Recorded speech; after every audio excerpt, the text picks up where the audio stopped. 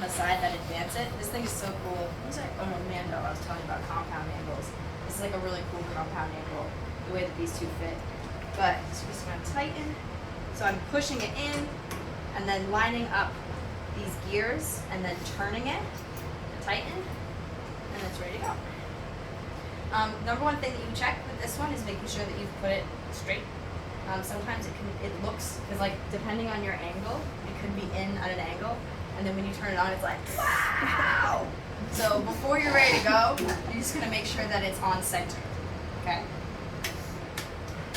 That's like a single speed. So if you were to adjust the speed of it, it's actually inside here, which is so cool, because as we've learned, depending on the type of wood you're doing, the feed rate changes, the speed at which. So like if you were doing a harder wood, you want it to go slower.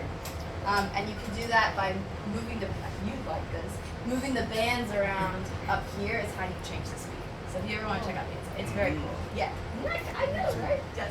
And it's by like, they're just different sizes. Like the, Yeah. you know, you get it. Okay. These pieces of wood here, these are like trash pieces of wood. Please leave them around, or if it looks like there's a lot, then grab a new one.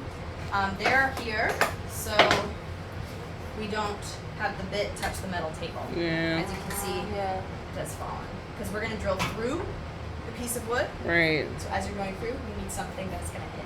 Yeah. Otherwise, we're going to take it. It's up to you whether you'd like to clamp the material that you're working on. I deeply recommend that you clamp it, just because this is spinning very fast. It's going to be cutting the piece of wood.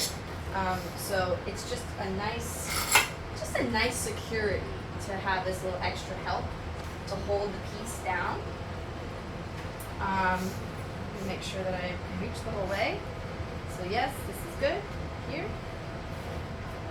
This little guy is an adjustment. So like, let's say you wanted to make a hole that didn't go all the way through. You could actually adjust this so it stops at a certain depth. But we don't want that. We're going to go all the way through. I'm gonna upload all of these. Okay. Turn this on. Once I am part of the class, technically.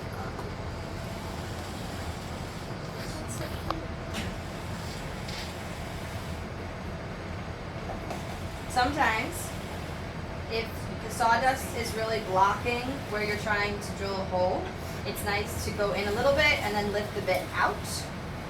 And that what it does is it clears the hole of the sawdust and then makes it so it's a nice, even, and lovely cut. If this is hard to do, if you're feeling a lot of pressure, something's wrong. So it's either this isn't tight, or like it's hitting something. Like this is a very easy, fluid, smooth motion. And I could tell that I went through my piece of wood because my sawdust changed. So if you look, it's plywood sawdust and no longer the pine. So that's actually great. Another reason also that we have this board underneath there is, like, as you saw with some of the more aggressive tools, as you push through the wood, it creates that like feathering on the other side. And having a piece underneath it like this will prevent some of that feathering from happening. So it's like not breaking through the bottom of the piece of wood and then all the wood is just like that. Instead, there's a piece of wood that's already there, so it can't feather like that. All right, drill press. Any questions?